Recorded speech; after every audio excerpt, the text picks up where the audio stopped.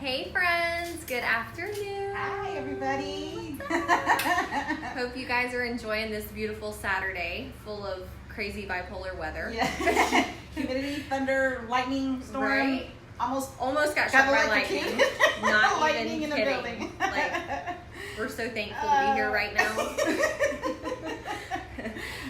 So anyway, we wanted to hop on really quick and chat just for a few minutes about a topic that we both get asked about a lot, that we see is a very familiar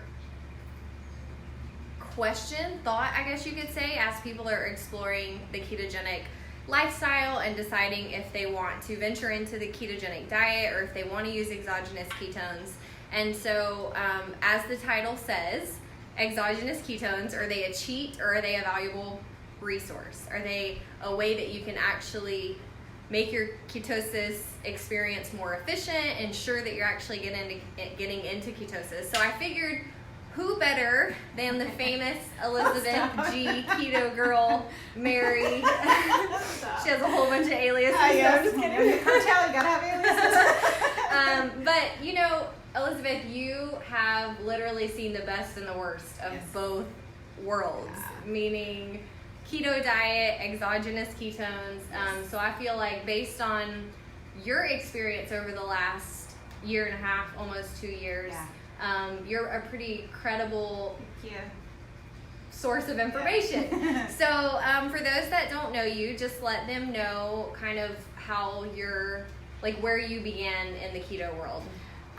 In the keto world, I started in 2017. I decided to do a strict keto diet. When I mean strict, I mean meal prepped every Sunday for 8 months. 8 months of meal prep, 8 months of measuring my food, weighing my food, making my own dressings, making my own ice cream, counting macros, counting calories. That's not easy to do, especially 8 months consistently. You know, I didn't cheat. I didn't reward myself with food. Granted, I lost 90 pounds strict keto. And then I hit a stall month 8. 90 pounds, that's not the best place to get a stall at, you know, at 10 pounds away from reaching goal, which was 100. And then I was introduced to exogenous ketones at that time. And I thought, at this point, what do I have to lose? I tweaked my numbers. I did everything I could to get past that stall. Nothing worked. Nothing worked. Tried the ketones, next day, broke the stall. That was it. And I've lost 51 pounds on ketones. Wow. And not as a strict diet as I have been after that. You know, granted, I'm at a different point where a lot of you are just starting, but had I known about this a lot sooner, I don't think I would have gone as strict as I had, although I'm grateful because now I can see both ends of the, both sides of the coin. I know what it's like to have the diet. My sister did moderate keto. She didn't count her calories, but she lost weight. But what's better than when all you have to do is make something like this, shake it up in a water bottle, ice, drink it, and you're done. Yeah.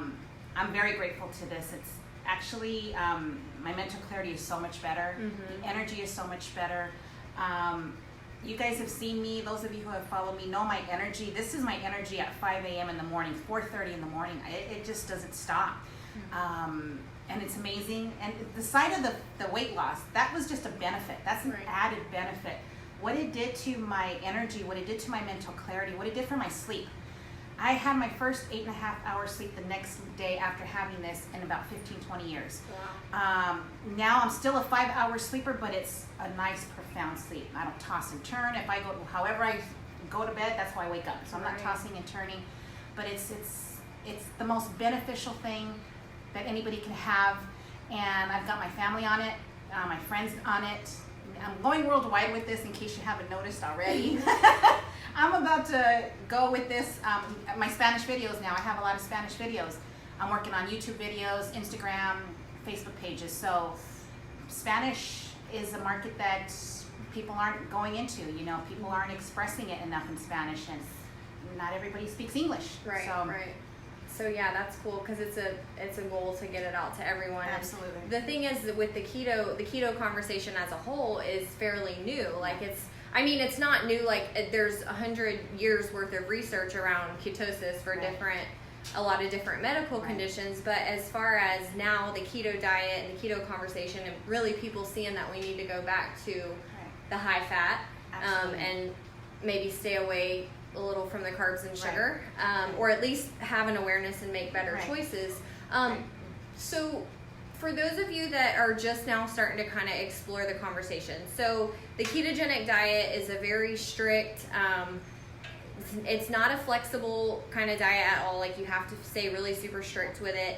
And after a number of days, your body will actually get into ketosis, and then you have to maintain that. You have to actually stay in that state. And when you drink ketones, this is something that you drink once a day is the therapeutic dose, twice a day is optimal performance, and you're in keto. It's like ketosis on demand, like you're in ketosis right away. So a lot of people, what I have found as I'm talking to people about it, they're like, well, you know, I want to do it the right way. I want to do it the real way, meaning with a keto diet. And what I really want to help people understand is a lot of the times when people are attempting the keto diet on their own, they're actually not getting into ketosis. They actually don't know the exact breakdown of what it would take, the fat macros and this and that, or every few days they have an off day or a cheat day. And as Elizabeth shared, like, it doesn't work that way. Now, maybe if you're someone who's been in ketosis for years, you've lived ketosis for years and years and years, then I've talked to a lot of people who've been able to add fruit in, and they're okay, they're able to stay in ketosis. That's all about just working with your body. But for someone who just says, hey, I want to drop some weight, or I want to, you know, put my body into a healing state, or whatever the case may be, like, you have to make sure that you're getting into and staying into that state. So it kind of circles back around. We were talking earlier about a couple that's friends of mine that they were doing the keto diet, and they're like, listen, you know, we don't want to get into the whole ketone thing, like drinking the ketones every day. We just want to do it the natural way. But they had hit a little bit of a plateau. So then they did the reboot, and they loved having the ketones during the reboot because they saw that instant, like almost instant gratification, but in a good way, right? Like, all this hard work that they were doing and this being super strict, and then stressing that if they were questioning if they were actually in ketosis and testing, and all of that stress actually was hindering ketosis. Like, it was prohibiting them from being in that state. So the message really is, you guys, is if you're using exogenous ketones, that's just an enhancement to what you're doing. It's going to make your ketosis state, it's going to make your efforts more efficient. It's going to actually ensure that you're in ketosis and that you have these ketones as the fuel source, because you mentioned the focus and the mental clarity. See, whenever your body is shifting, when you're operating off glucose and then you're making that shift into ketosis, I like to explain it kind of like an automobile. Like, imagine if you have an electric car and you're driving your car and you're running on gasoline, and then you want to switch over to electric. Like, you're trying to get to that point where it's going to switch to electric, but you have to run out of gas first so that the electric will switch on. Well, at that point, that car is running out of gas, which is energy, which is fuel. So then it kind of just like kerplunks, and then the switch comes on, and now it's back. It's smooth sailing because it's using a more efficient source of energy. So if you are just attempting a ketogenic way of eating, and you feel sluggish and lack of mental clarity and all the things, then your tank is probably really empty. And that could tell you that there might be something off, there might be something wrong. So you may want to kind of revisit things and see, okay, am I actually getting into this state? Do I have ketones being produced in my body, or am I just running on a really super low tank, which, by the way, is not beneficial? You know, when people talk about the safety of the keto diet, like, oh, is the keto diet safe? I'm like, the only unsafe thing about a keto diet is people doing it wrong. Exactly. Or never, or actually like running their body on low, on empty, 3 miles till empty, thinking that they're doing something good. Right. And the thing is, you have no idea. I became fascinated with how the body works. I became intrigued on how the body is burning your food as fuel. And I had my body running. My body is a fat burning machine. I can have something and like this, I'll lose weight. I'm at that point, but granted, I didn't start yesterday.